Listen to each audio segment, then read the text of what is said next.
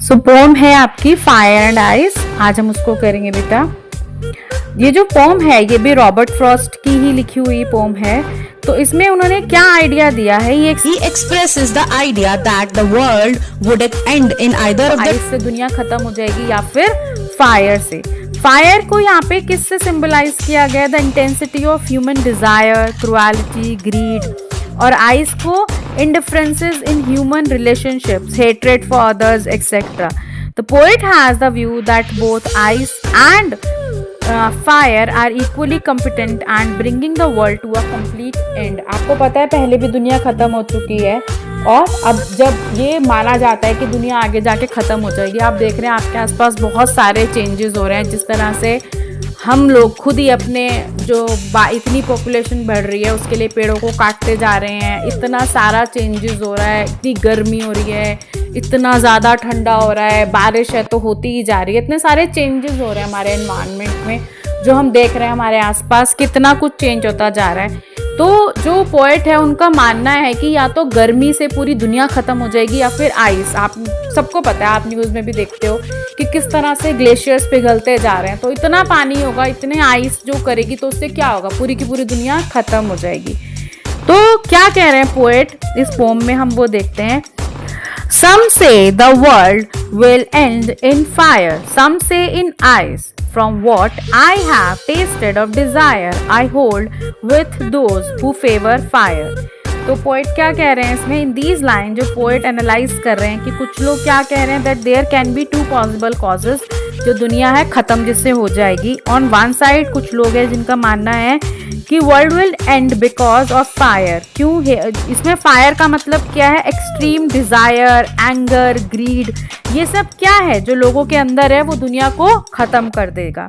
दूसरी तरफ क्या है, लोगों का मानना है कि जो आइस है वो दुनिया को खत्म कर देगी। आइस रिप्रेजेंट क्या करता है? Emotions of hatred, intolerance. The poet from his experience believe that the world would and with fire.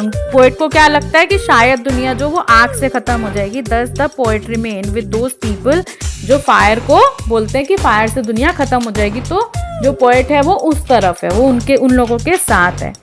But if it had to perish twice, I think I know enough of hate to say that for destruction eyes is also great and would suffice. So ये जो lines हैं, in these lines जो poet है वो हमें क्या बताना चाह रहे हैं?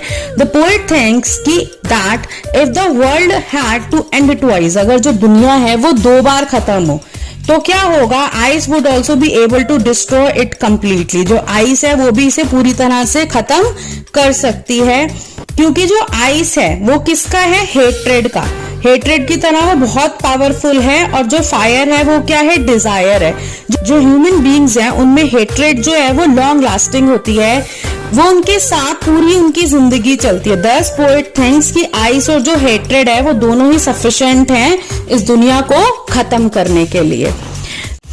अब हम इसमें देखेंगे पोएटिक डिवाइसेस जो यूज हुई हैं। सबसे पहले है अल्टरेशन। अल्टरेशन मैंने आपको पहले भी इसमें बताया था, जिससे पहले वाली पोम में मैंने एक्सप्लेन किया था। Repetition of initial consonant. Consonant क्या होते हैं? 5 वॉवल्स होते हैं हमारे, ए ई आई ओ यू। उसके अलावा जो 21 लेटर्स होते हैं उनको क्या बोलते हैं? कॉन्सोनेंट बोलते हैं। Consonant sounds in the same line, जैसे सम से the world will and in fire. तो जो ये सम से इन आइस, ये जो है ये क्या है? कॉन्सोनेंट है। I hold with those who favour fire. तो इनमें क्या है? यहां पर देखेंगे आप WW का हुआ है रिपीटेशन। उसके बाद है नेक्स्ट आपका पैराडॉक्स। पैराडॉक्स क्या होता है? A true statement but which seems untrue. जैसे but if it had to perish twice. तो कैसी है? एक ट्रू स्टेटमेंट है लेकिन वो कैसी लगती है? सुनने में हमें अनट्रू लगती है। नेक्स्ट है आपका सिंबलिज्म। फायर का इन्होंने सिंबल दिया है डिजायर, और आइस को क्या दिखाया? Symbol for hate. Imaginary, a figure of speech where an object, person or situation has another meaning other than its literal meaning. जैसे फायर एंड आइस को क्या बताया है कि बहुत ज्यादा बहुत डीप बताया है इसके अंदर, कि बहुत डीप जो हेट्रेड है, बहुत डीप जो चीजों को वो कैरी कर रहे हैं। फायर जो इसमें बताया है, फीलिंग किस बात की बताई है? Heat and light. ठीक है, और but also burning and pain जो दिखाया है। आइस को क्या है, फीलिंग ऑफ कोल्डनेस, और क्या बताया, इंडिफरेंसेस, इंटॉलरेंस। इसमें जो राइमिंग स्कीम है वो क्या है, ए बी सी बी है। So that's all for the pome. I hope बेटा आपको समझ में आ गई होगी। Thank you.